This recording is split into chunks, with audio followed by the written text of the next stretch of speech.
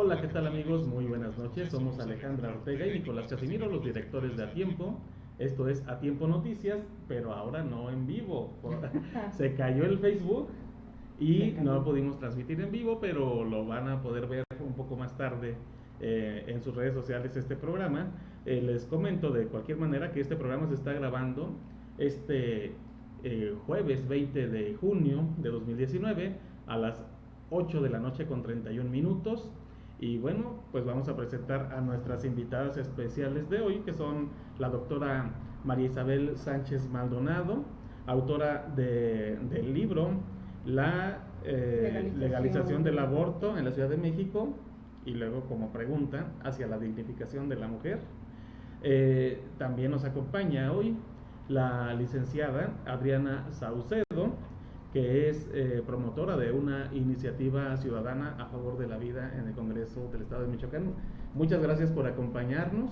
Un gusto tenerlas aquí. Les damos la más cordial bienvenida. Y platicar de estos temas que son bien interesantes porque estamos inundados en este tiempo del tema del aborto, del feminismo, pero la verdad es que la mayoría de las veces no sabemos bien qué significa feminismo o de dónde viene, ni qué cosa es.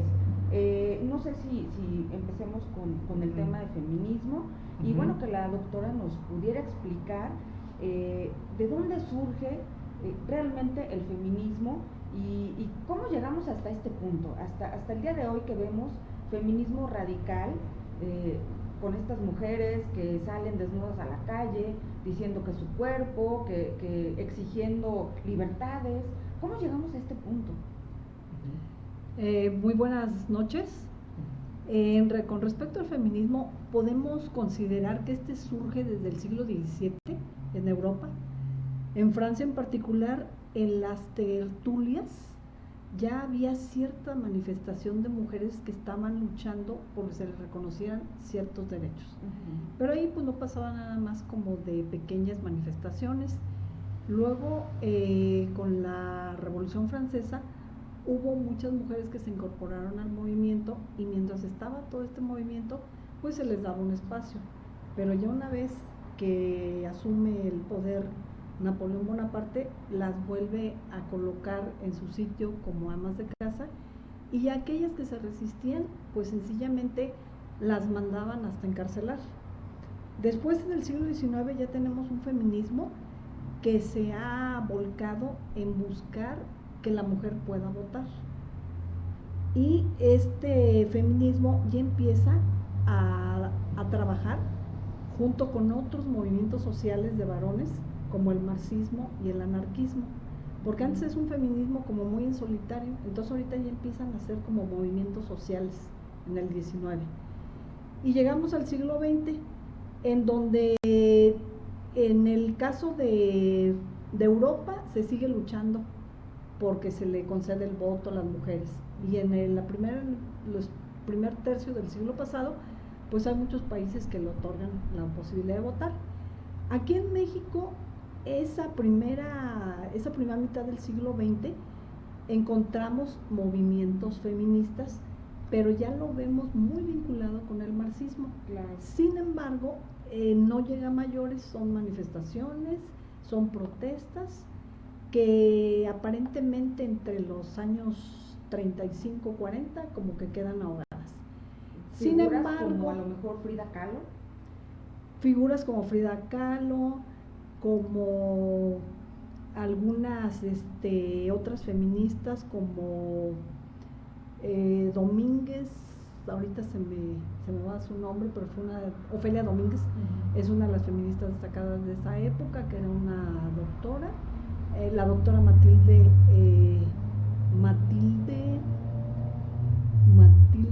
no recuerdo ahorita su nombre, pero ellas son como feministas destacadas.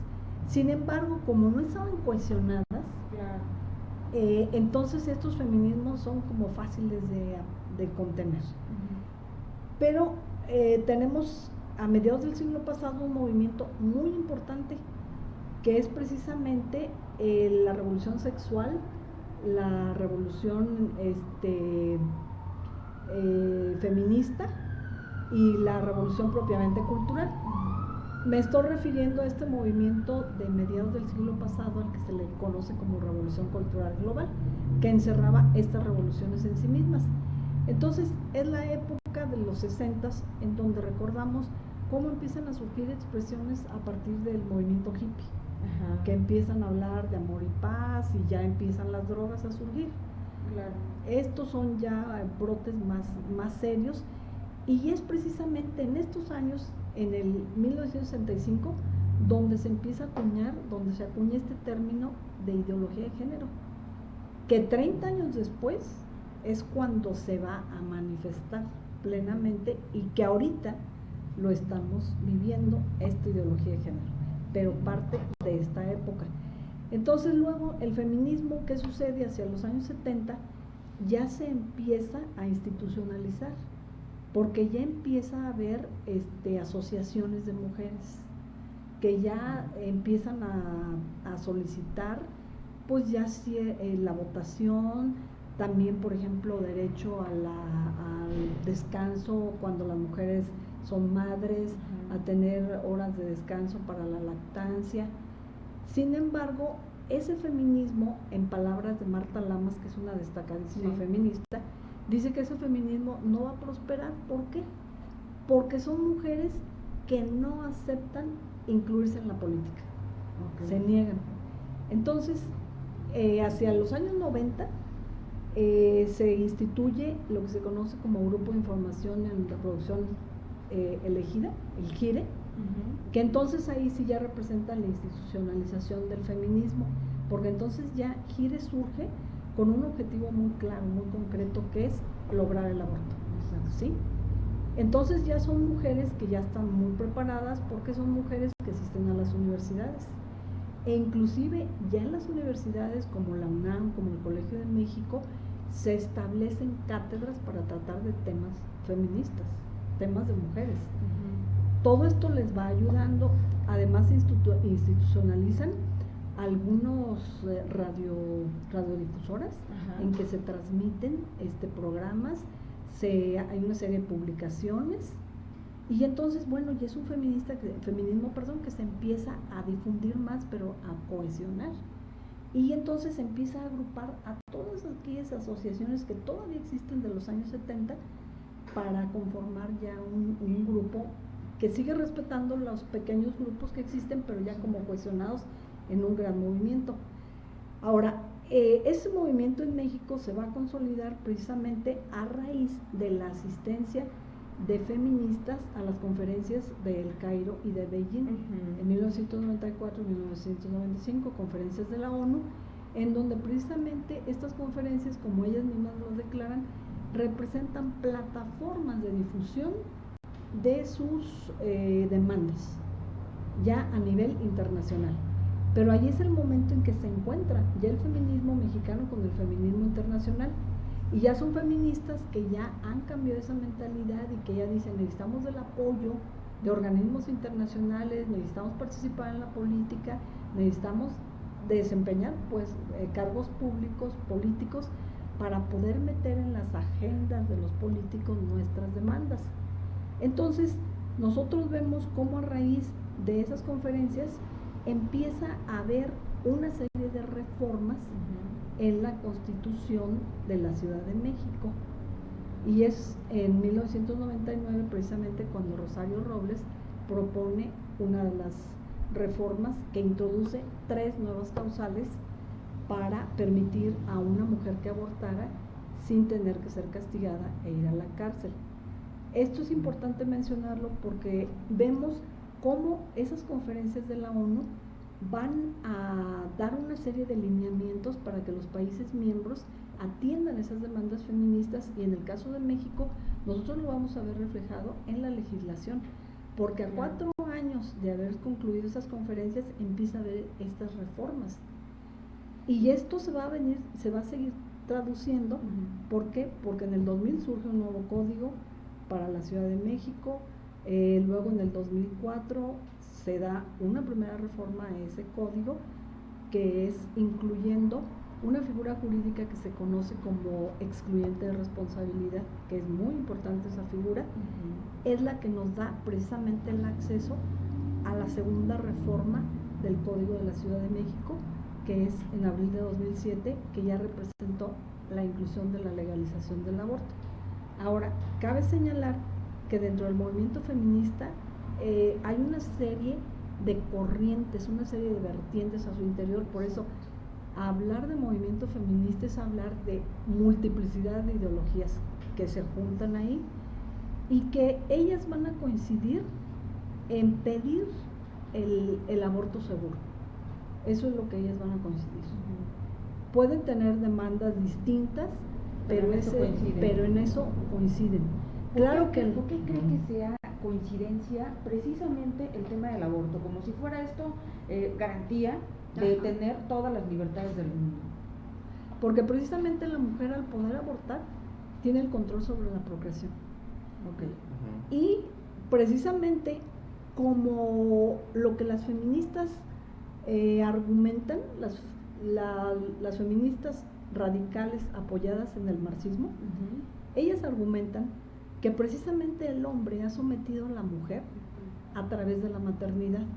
Luego entonces hay que buscar recursos que le permitan a la mujer tener un control sobre la procreación humana, que lo van a encontrar en los avances de la medicina. Nos remontamos a la época en que empiezan los anticonceptivos, ¿sí? Entonces, ellas argumentan que esa es la manera, a través de la maternidad, como el hombre lo somete a la mujer. Por consiguiente, ella tiene que tener ese botón de control, de poder tener relaciones sexuales libres, que es lo que piden, y sin riesgo de embarazo. Y dicen, y en el caso de un embarazo no deseado, como último recurso, proponen el aborto seguro. Pero ahora ¿Qué tan seguro? Y bueno, ahora estamos ¿Qué tan seguro es? Porque hablar de aborto seguro para las feministas significa lo contrario al aborto clandestino, al que dicen que precisamente por ser clandestino es practicado por personas poco preparadas y en condiciones de higiene muy deplorables que ponen en serio riesgo a la mujer. Sin embargo, ellas no se ponen a considerar que no podemos hablar de aborto seguro, puesto que siempre hay alguien que muere en un aborto, que es el no nacido. Entonces, ¿cómo hablar de aborto seguro? Si no es que los dos. Si no es que los dos, ¿sí? Entonces, por eso ellas ven que la maternidad es el gran enemigo de la mujer. Sí, ibas a preguntar. Sí, pero ya cosa me que te interrumpí. De los métodos de aborto, usted habla en su libro sobre los diferentes métodos que hay para abortar. No sé si nos pudiera comentar a grandes rasgos cuáles son estos. Son varios y estos se adecúan de acuerdo a la temporalidad de embarazo. Primero está el poder tomar pastillas. Este otro método, el de succión, el método de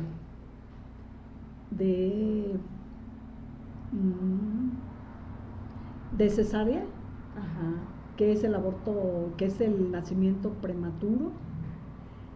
De estos métodos, yo considero que el que es más, bueno, todos los métodos son terribles, ¿verdad? El método por envenenamiento salino y por succión, yo creo que son unos métodos especialmente, ahora sí que, pues se puede decir bestiales, ¿sí? Porque verdaderamente diabólicos. El método por succión, pues ahora sí que despedaza al niño con la aspiración que hace de él, 28 veces más potente por succión.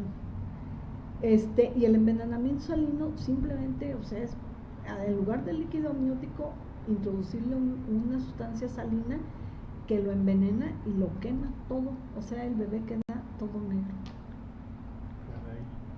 Y como que vemos que cada vez hay como mayor sofisticación de cómo matar más efectivamente a un niño. Y bueno, muchas de estos métodos, la verdad, fallan. Y digo fallan para ellos porque se ha dado últimamente a conocer muchos casos de bebés que intentando abortarlos salen vivos. Sí. Y los vemos vivos. Sí. Y no saben qué hacer con ellos. Sí, porque la justicia en algunos casos, como por ejemplo pasó recientemente en Perú y hace como 2 o 3 meses en Argentina, ya había ordenado que esos bebés fueran asesinados. Entonces, Y a esos bebés lo que pasa también es un método tan cruel porque les cortan el cordón umbilical para que se desangren y así mueren. ¿Y esto se le dice a las mamás? ¿O qué pasa? O sea, ¿qué grado de inconsciencia debe de haber en la mujer para que no te duela que a tu hijo le esté pasando eso? Ajá. Es inconsciencia, pero también es una dosis enorme de miedo. La mujer que toma la decisión de abortar está cargada de miedo por diferentes razones, que puede ser miedo a sus padres, miedo a no poderlo sostener, miedo a ser abandonada por su pareja, miedo porque algunas mujeres pues han sido infieles y pues quedan embarazadas. Entonces hay un cúmulo de miedos que precisamente embotan la capacidad de razonar de la mujer, y solamente bajo esa obnubilación es como ella puede llegar a tomar esa decisión. Me preguntaba usted si a la mujer antes de abortar en un abortorio se le informa. Yo estuve en la Ciudad de México afuera de un abortorio y veíamos las filas. En ese momento eran como 10 mujeres. Algunas de las compañeras nuestras se infiltraron simulando que ellas querían abortar. Ellas nos dijeron que no les dan ninguna información, al menos en ese centro de aborto, que simplemente pues llegan como que fuera a hacer una revisión, lo que uno vive cuando estás embarazada, y le empiezan a preparar la anestesia, etcétera. Entran por un lado y salen por otra puerta. Nosotros ya no las veíamos nunca salir. Las feministas han afirmado que sí se les informa a la mujer en qué consiste el aborto, etcétera, etcétera, que para que ellas puedan tener un conocimiento informado, pero yo no sé hasta qué punto les informen de cómo se va a realizar el aborto. Lo que no se les informa son las consecuencias físicas, psíquicas y morales que ellas pueden llegar a tener, y que tenemos nosotros casos documentados de mujeres y de hombres que viven lo que se conoce como síndrome posaborto, que son esas secuelas. Inclusive esas secuelas se pueden vivir por mujeres o por hombres que solamente por considerar la posibilidad de abortar, eso les deja un dolor profundo. Cuando ellas no abortan y luego ven a su hijo, ellas afirman que el verlo les está recordando que ellas un día consideraron la posibilidad de matarlo. Entonces una mujer que aborta de verdad que tiene serios daños.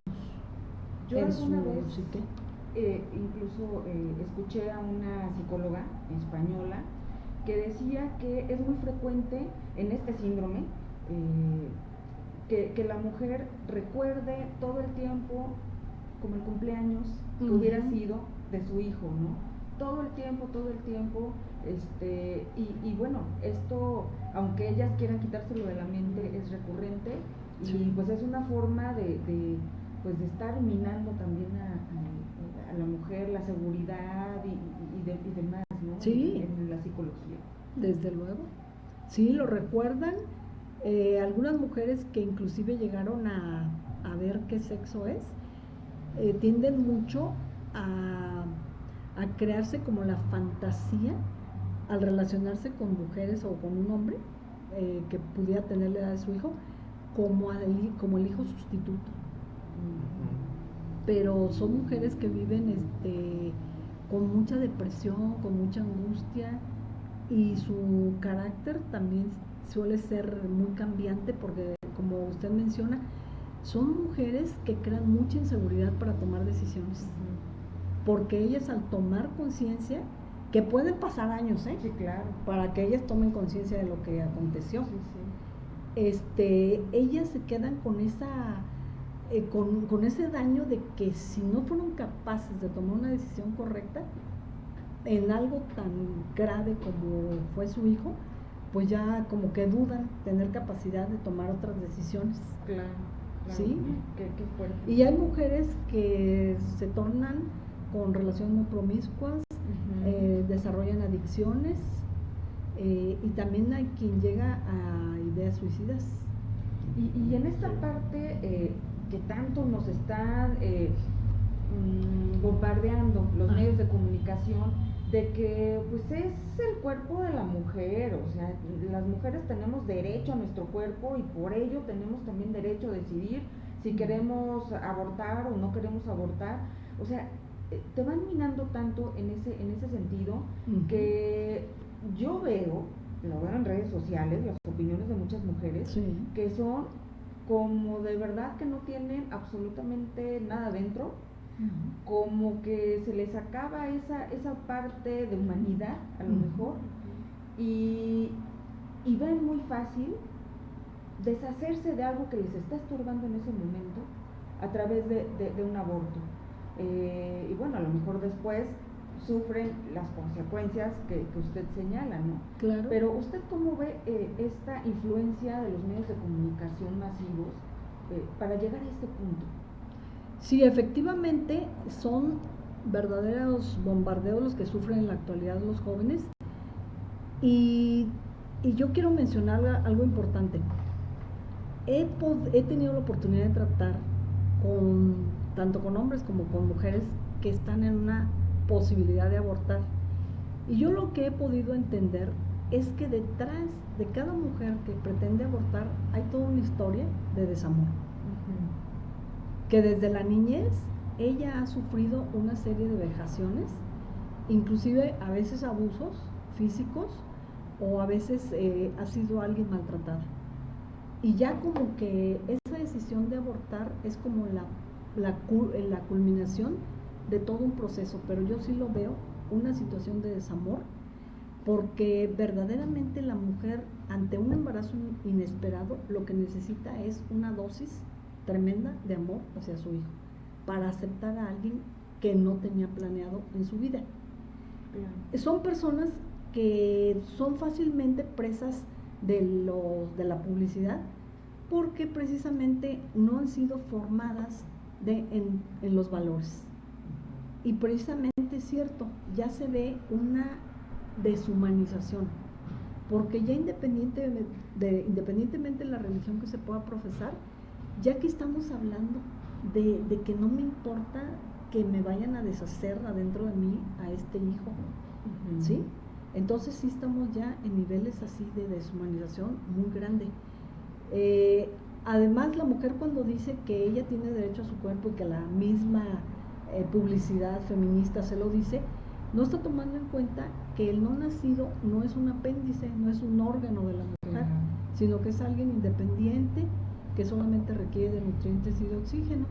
Y esto ya está en apoyo de todos los descubrimientos que ha hecho la ciencia, de cómo el no nacido es un ser autónomo, que él trae desde el ADN todo un programa de desarrollo de cuerpo humano y de cuerpo que va desarrollando los diferentes órganos.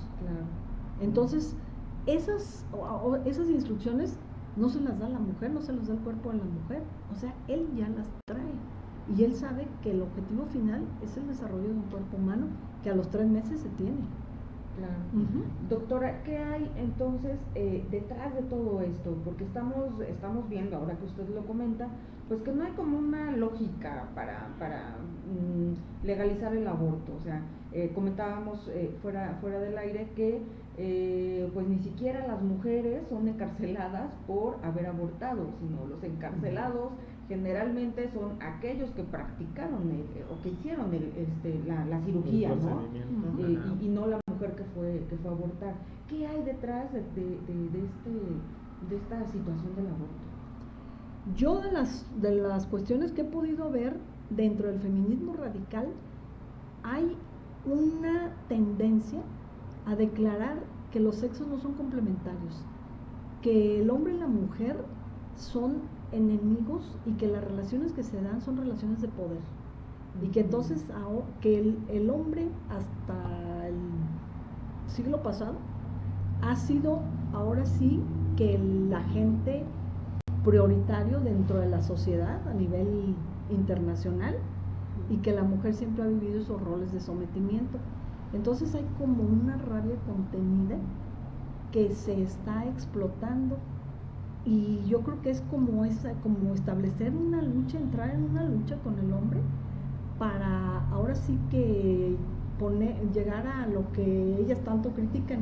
Ellas hablan de un sistema autoritario llamado patriarcado, pues ahora ellas están luchando por un matriarcado, Claro. porque al hombre verdaderamente se le ataca de un grado tan excesivo que ha habido feministas como Sulamit Firestone, que fue una feminista en Estados Unidos de los 70, y Kate Millett, que hablan de que el hombre debe de ser desaparecido de la faz de la tierra, que se deben de dejar 2 especímenes para exhibirse en un zoológico, para que solamente se recuerde cómo era en algún momento el hombre.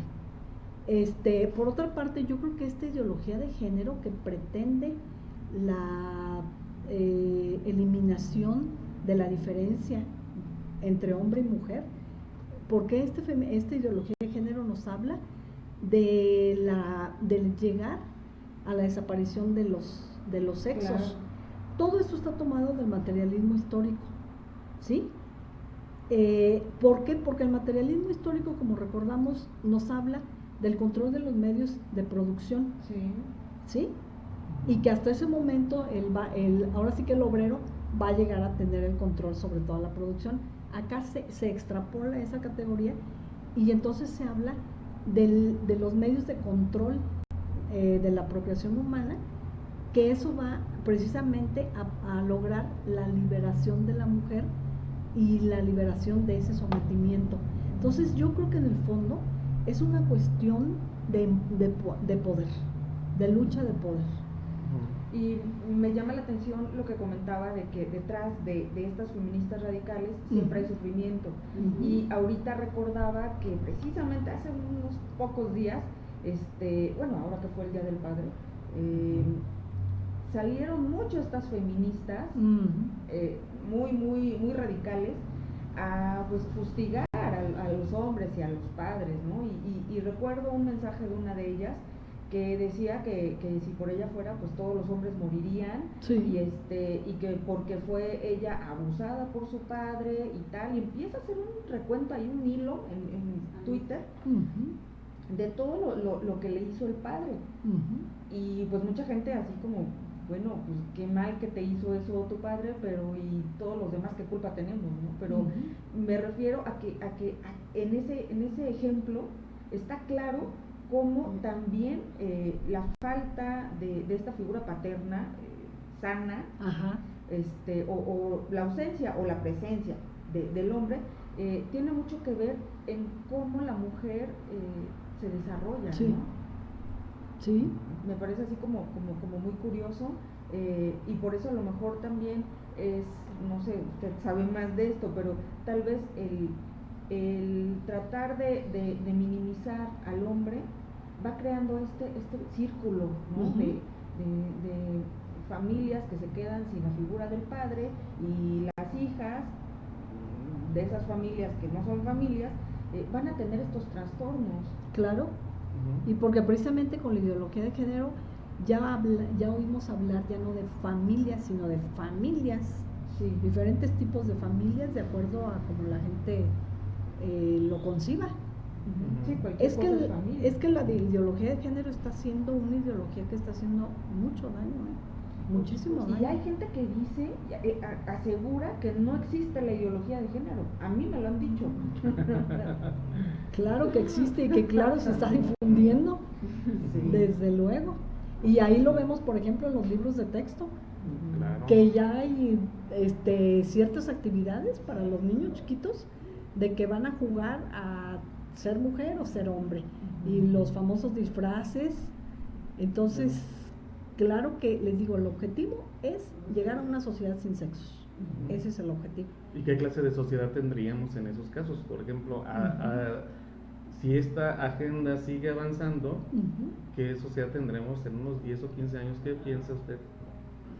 Si eso siguiera avanzando, sería una sociedad de desquiciados, porque realmente es una pérdida de identidad. Porque ahora sí que, como habla también otra de las corrientes dentro del feminismo, la teoría queer, que habla de que dejes fluir tu sexualidad como tú quieras. Si en la mañana la persona se siente mujer, adelante; si en la tarde hombre, adelante. Entonces, ¿en qué momento se va a tener esa identidad? Claro. Y claro, sería una sociedad que ha perdido el sentido de vida. Pero es curioso cómo se aplica solamente a algunas sociedades, ¿no? Ajá. No a todo el mundo.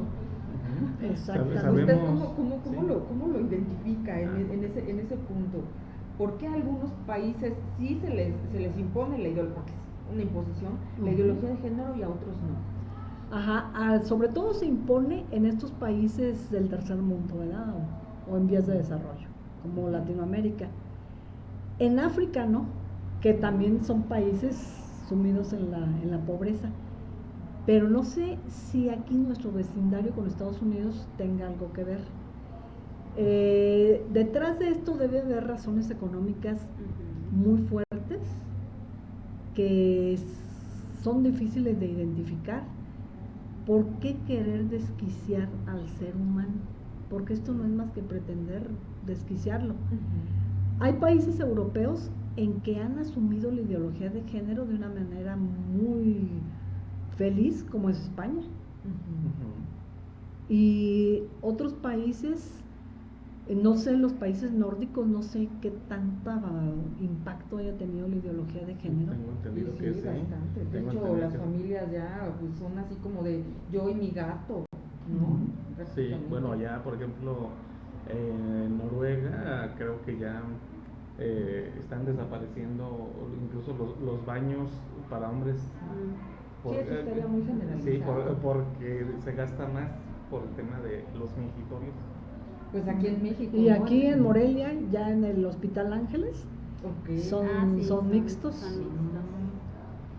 Ajá. Sí, está muy sí, crítico, creo que avanza demasiado rápido. Sí, avanza muy rápido, ¿eh? Sí, es mucha propaganda, ¿no? Hay una cargada de propaganda a través de los medios masivos de comunicación que parecen estar bajo la misma agenda, todos ellos, y también vemos que toda la propaganda está cargada de eufemismos. Le hacen creer a la gente que están haciendo algo bueno, algo positivo, cuando no es así. Hablan, en lugar de decir que van a matar a un bebé, dicen que van a interrumpir un embarazo de forma legal. Sí. Le dicen feto o embrión a un bebé. Sí. Exactamente, eso es importante. O producto también le llaman. Es importante lo que usted acaba de señalar, porque precisamente a partir del eufemismo es como se logra el engaño hacia las personas. Porque sí, no es lo mismo decir matar a un bebé que interrumpir su vida. Suena muy diferente. Claro. Y así van enmascarando todo, hablando de un bien aparente cuando se está ocultando el bien verdadero. ¿Y qué organismos son los que están detrás de esta ideología de género? El que está fuertemente es la Organización de Naciones Unidas, a través de sus diferentes dependencias de temas de la mujer. Claro. Usted, por ejemplo, en este gobierno de izquierda, ve que hay esta liga o este compromiso con la Organización de las Naciones Unidas. ¿Ve estrecho esta izquierda con Naciones Unidas? No lo veo estrecho, porque en el caso de Enrique Peña Nieto sí, era evidente, y lo vimos con esta bandera arcoíris, sí, y todo este desfile que se propició en diferentes ciudades del país. Y recuerdan ustedes inclusive la reunión que tuvo con aquel grupo LGTB. Sí. Pero con Andrés Manuel no veo ese acercamiento. No quiere decir que él esté en contra, pero realmente es una persona que no se manifiesta abiertamente su postura al respecto.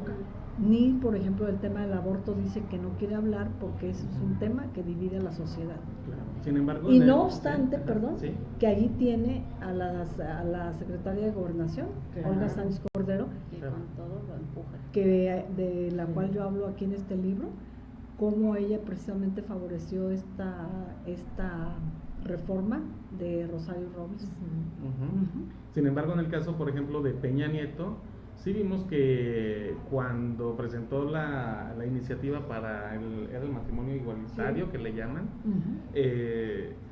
hubo mucho rechazo a nivel nacional y reculó. Ujú. En el caso del nuevo presidente, Andrés Manuel López Obrador, no lo vemos a él pronunciarse, pero la gente que está detrás de él sí. Y lo que lo rodea. Claro, y de hecho vemos que en la Cámara de Diputados del Congreso de la Unión están impulsando iniciativas incluso para censurar a quien opine en contra Cierto. de la ideología de género, para sancionarlo, para imponerle sanciones penales. Ujú. No solo para callarlo. Entonces, estamos hablando de que independientemente de que el presidente no se pronuncie, Ujú. el tema sigue avanzando Sí. a través de otros agentes, ¿no? Sí, exactamente. Así como lo del mal llamado matrimonio igualitario, pues sigue avanzando en diferentes estados. Ujú. Sí, efectivamente. Y la legislación aquí en Michoacán, Adriana, tú que estás impulsando esta Iniciativa ciudadana, ciudadana. ¿Cómo ves al Congreso del Estado? ¿Cómo han recibido tu iniciativa? Bueno, primeramente quiero darte a ambos las gracias por invitarnos y por recibirnos.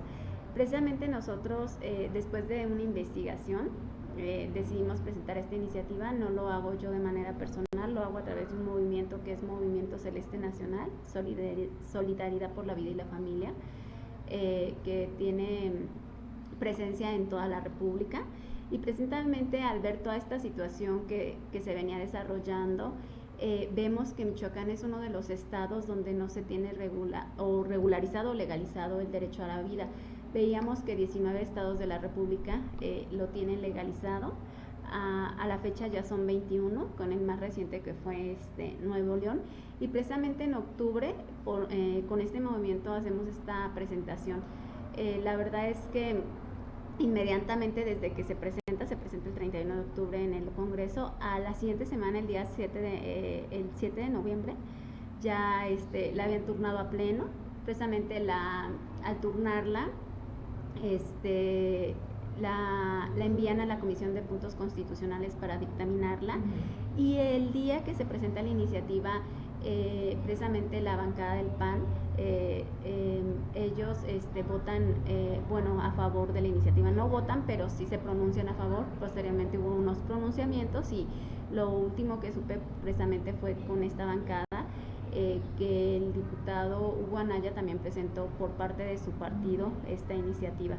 Pero precisamente nosotros solicitamos se anexe un quinto párrafo al artículo 2 de la Constitución de Michoacán, donde se regule y respete el derecho a la vida desde la fecundación o concepción hasta la muerte natural.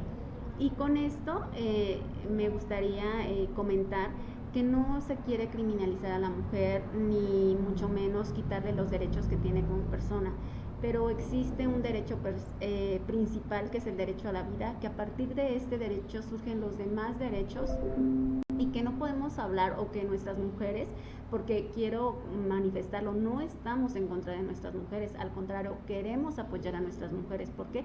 Porque realmente esta corriente del feminismo, en lugar de apoyarlas o ayudarlas, creo que en su engaño las quiere pues su destrucción, porque no lo veo de otra manera. Y nosotros queremos rescatar precisamente, nuestro lema es salvar a las dos vidas. ¿Por qué? Porque nos preocupamos por nuestras mujeres y nos preocupamos también por este bebé. ¿Por qué? Porque ya lo comentamos, es un derecho principal. A partir de este derecho surgen los demás derechos, y también científicamente está comprobado que no es un órgano de la mujer, sino es otro cuerpo, otro ser humano que ya existe, que a los 18 días ya su corazón empieza a latir, claro, el cual también es acreedor y poseedor de derechos. Ok. De hecho, hace, ¿qué será? Como unos 2 meses, tú le preguntaste a una de las principales promotoras del aborto, una de las principales feministas que hay aquí en Michoacán y que además pues vive muy bien recibiendo recursos públicos para promover su agenda. Le preguntaste acerca de qué tan criminalizadas estaban las mujeres y cuántas mujeres estaban presas por abortar, y no supo las cifras. No supo, pero dijo que eran muchas. Que eran miles, dijo que eran No, miles. precisamente por parte de este movimiento se hace una investigación y se solicita a la Secretaría de Seguridad Pública en México precisamente que nos informe cuántas presas hay por aborto en toda la República, y resulta que hay 5 mujeres presas por aborto en toda la República. Michoacán no tiene ninguna mujer presa, y que al contrario hay más hombres presos por este delito, que es lo que indica que aún así el Estado y nuestras leyes siguen protegiendo a la mujer, porque entonces sancionan o imputan una sanción a la persona que la lleva o la induce a cometer el delito, no a la mujer. Entonces, al presentar esta iniciativa, la verdad es que lo hacemos porque queremos que Michoacán sea el próximo estado donde esté legalizado el derecho a la vida. Vemos que hay muchos intereses económicos detrás de esto, porque es la realidad, es un negocio, yo diría que ahorita el principal, el más lucrativo, y que no les interesa entonces a nuestros gobiernos, nuestras mujeres ni nuestros niños, y que tristemente, como lo comentaban, detrás de estas decisiones de tomar esta mal decisión, es una mujer que viene herida, lastimada, con miedo, y que no queremos únicamente que se apruebe, sí, obviamente queremos que se estipule en una ley, pero que también nuestros políticos creen, precisamente nuestros legisladores hagan políticas públicas para apoyar a la mujer. ¿Por qué? Claro. Porque nuestras mujeres tienen miedo a ser abandonadas, a que no las apoyen, a que no haya empleo. Michoacán y en realidad toda la República Mexicana no es un país que tenga realmente muchas fuentes de empleo, hay mucha migración. ¿Por qué? Pues porque no hay recurso, no hay trabajo, y entonces claro que nuestras mujeres dicen, ¿qué vamos a hacer? Yo reconozco la verdad la labor que hacen en varios centros de ayuda como el CAN o BIFAC, que son centros de ayuda a la mujer, donde les dan acompañamiento psicológico, las albergan, alimentación, les dan acompañamiento médico, nutricional, las enseñan a hacer algunos talleres. De hecho, aquí en Michoacán tenemos uno que está en Zamora, que es uno de los albergues, y precisamente donde le enseñan a la mujer que hay que la solución no es la muerte, que pueden tener otro estilo de vida, que pueden tener a su bebé, que le enseñan a hacer algún taller, repostería, no sé, corticonfección, estilismo, donde ella puede trabajar, donde ella no se siente sola. Pero a mí lo que me llama tanto la atención es que lo que hacen es acompañarla, arroparla.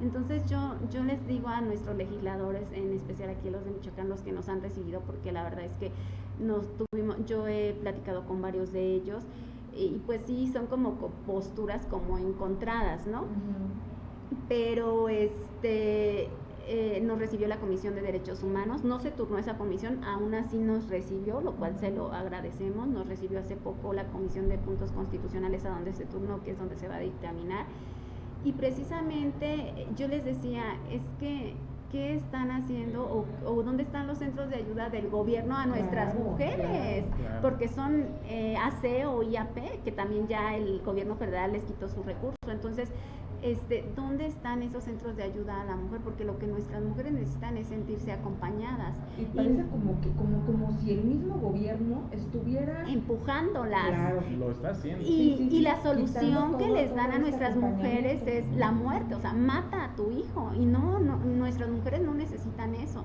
Entonces, al contrario, nuestras mujeres necesitan acompañamiento, que sientan y que sepan que no están solas.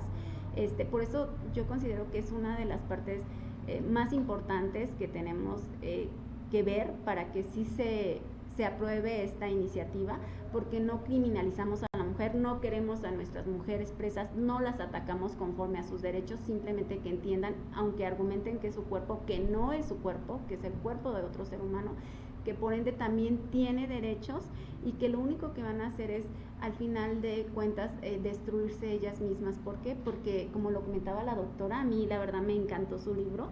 Cuando yo tuve la oportunidad de ir a su primera presentación, que fue aquí en la UBAC, que escuché a sus comentaristas, yo me quedé enamorada, y cuando lo leí dije, wow, o sea, porque sí vas viendo precisamente cómo van llevando a nuestras mujeres pues con muchas mentiras. Claro. Y que a final de cuentas las únicas perjudicadas van a ser ellas, porque aparte de que no es un aborto legal ni seguro, porque aparte mueren, y no solamente a veces muere el bebé, claro, sino también muere la madre. Claro, y nadie todas te va a garantizar que no te pase algo. las consecuencias físicas que esto conlleva y psicológicas, como lo comentaba la doctora del periodo precisamente posaborto, ¿no? Entonces no se comenta eso, no se habla de eso, nuestras mujeres no tienen conocimiento y nuestras mujeres no necesitan matar a sus hijos, necesitan tener quien las ayude. Claro. Cuando hablan de que esto es un negocio, estamos hablando de empresas como Planned Parenthood, sí, que lucra con el tema del aborto, que les cobra en ocasiones a los gobiernos y que en otras ocasiones cobra por fuera, y que incluso se ha visto inmiscuida en escándalos por la venta de bebés y de órganos. Así es. Sí, precisamente dentro de la iniciativa que presentamos con este movimiento se hace mención de que es un negocio muy lucrativo, y qué triste, porque nosotros sabemos que existen necesidades básicas y en el sector salud no tenemos. La verdad es que ha habido ocasiones que, en una ocasión que yo fui al Congreso precisamente aquí en Michoacán para ver la cuestión de la iniciativa, había una manifestación de doctores afuera, porque no les pagas ni su salario y porque no tenían material ni con qué trabajar, gasas, jeringas, no sé. ¿Y cómo vas a inyectarle un recurso a algo cuando ni siquiera estás cubriendo una necesidad básica? Claro. Que se tiene que cubrir de alguna manera por obligación. Entonces es completamente incongruente, y sí, claro, es un negocio lucrativo. Atrás de esto hay cientos y miles de millones de pesos, y pues obviamente no lo quieren dejar perder. Por eso yo considero que es una cuestión que empujan y no quitan el dedo del renglón, porque claro, es una cuestión económica. Y entonces digo, su pueblo, sus mujeres, sus niños, ¿dónde están? Pues yo haría un llamado a los gobiernos y a los diputados federales y locales, también a los senadores, ¿por qué no? Claro. Para que dejen de estar utilizando recursos públicos para promover la muerte. Exactamente. Y que en lugar de ello, esos mismos recursos se apliquen a beneficiar a las instituciones que se dedican a proteger la vida, que es el primero y el más fundamental de los derechos humanos, ¿no? Así es. Muy bien, bueno, yo creo que ya casi vamos a terminar. Nada más me gustaría que nos platicaran de su libro rápidamente, que nos diga cómo fue que consiguió publicarlo, cuando vemos que los recursos están destinados más bien a publicar propaganda a favor de temas como el aborto. ¿Cómo fue que logró el financiamiento? ¿Lo financió usted misma? ¿Alguien la apoyó? ¿Cómo le hizo? Lo que pasa es que este libro es producto de la maestría en bioética que cursé en el Centro de Investigación Social Avanzada en Querétaro, del 2013 al 2015. Cuando presenté mi examen de grado, se me concedió mención honorífica con recomendación de publicación. Fue una recomendación muy sui generis, porque efectivamente salió de mi bolsillo el costo de la publicación. Y lo que ellos me dieron fueron el logo de CISAF y el logo de la Academia Mexicana de Bioética, que es este logo. Y ¿puede mostrarlo? Estos logos fueron los que me... ¿En cuál de las cámaras? ¿Así está bien? Fueron los que ese fue el apoyo de ellos. Yo sí estuve de acuerdo en, pues ahora sí que hacer la erogación, dada la importancia del tema. Y nunca pensé que la tesis se pudiera convertir en un libro, pero pues ahora sí que me dio mucho gusto que se haya podido convertir, porque pues este es un tema que a mí lo que me interesa es que se reflexione en torno a este tópico que es cada vez más creciente en nuestro país. ¿A partir de cuándo se publicó el libro? Lo acabo de publicar. ¿Este año? Okay. Sí, lo acabo de publicar ahora en este año, en enero. ¿Y en dónde lo encuentran las personas? Lo voy a empezar a distribuir en San Roberto. Ok. A ver, ¿podemos mostrar la portada del libro para que... ¿sería en esta misma cámara, Luis? ver. Ok, este es el libro. Se llama La legalización del aborto en la Ciudad de México hacia la dignificación de la mujer. Es de la doctora María Isabel Sánchez Maldonado. Vamos a mostrarlo nuevamente. Acá, para que se vea más claro. Sí, gracias. Muy bien, este es el libro para que lo busquen en las librerías San Roberto. Ajá. Es nada más aquí en Morelia. Nada más aquí en Morelia. Bueno, también está en Querétaro, en el Centro de Investigación Social Avanzada, y lo están vendiendo. Muy bien, pues la felicitamos. Vamos a buscarlo, ¿cómo no? Por supuesto. ¿Usted ya lo leyó? Ya, realmente lo recomiendo ampliamente. A mí me encantó realmente toda la investigación que la doctora hace, muy completa. Está dividido en 5 capítulos. La verdad es que hace poquito también tuvimos el honor de presentarlo, bueno, ella, en el Congreso del Estado aquí en Michoacán. ¿Y cómo fue recibido? Ahí fui apoyada por el diputado Salvador Arbizu Cisneros, que es un diputado del PT. Y realizamos una labor de difusión con el apoyo del Congreso. Hicimos unas invitaciones personales a los diputados, pero no fue ninguno. Asistieron estudiantes de la carrera de Derecho de la Universidad Michoacana y otro buen número de personas. Sí fue realmente un número muy importante en el auditorio. Yo creo que pasaron de 100 personas fácilmente. Sí, lo vimos las fotografías. Y la verdad, curioso, ¿no? Y fue una gran participación. A mí, en lo personal, como autora, me causó una sorpresa el tipo de reacción de las personas, porque ya, como señala aquí la licenciada Adriana, lo había presentado en la UBAC, y allí fue un auditorio muchísimo más pequeño. Sin embargo, como que se mantuvo un ambiente académico. Acá, a pesar de que en el Congreso asistieron estudiantes de Derecho, yo como autora esperaba muchas preguntas de parte de ellos. Sin embargo, la respuesta fue que despertó como fibras internas de diferentes personas que se animaron a dar su testimonio. Algunas mujeres de que habían abortado de manera provocada, otra aborto espontáneo. Hubo hombres, hubo un médico veterinario que habló del síndrome que le causó el haberse practicado la vasectomía, y años o tiempo después él cobra conciencia de lo que esto representa, mutilar su cuerpo y cerrarse a la vida. Entonces dice que es un dolor que lo mantuvo por muchísimos años.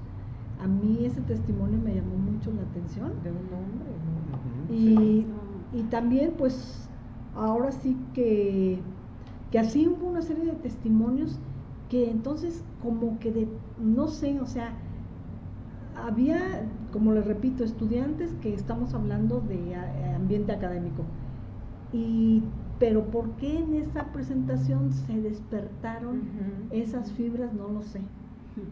Como que depende del auditorio, va siendo la respuesta, y para mí como autora, pues son elementos bien importantes que voy observando y voy tomando en cuenta. Claro, que el libro puede cubrir, puede dar información meramente académica, técnica, pero también puede ayudar a la concientización de las personas. Desde luego. Por supuesto que sí. A mí en lo personal me dio mucho gusto, sí que hubiera de todo tipo de público, pero también que fueran varios estudiantes de Derecho, porque realmente yo creo que una persona que tenga convicciones en estudiar su carrera y que busque lo que es la justicia y que estén en un tema tan controversial, creo que es muy importante.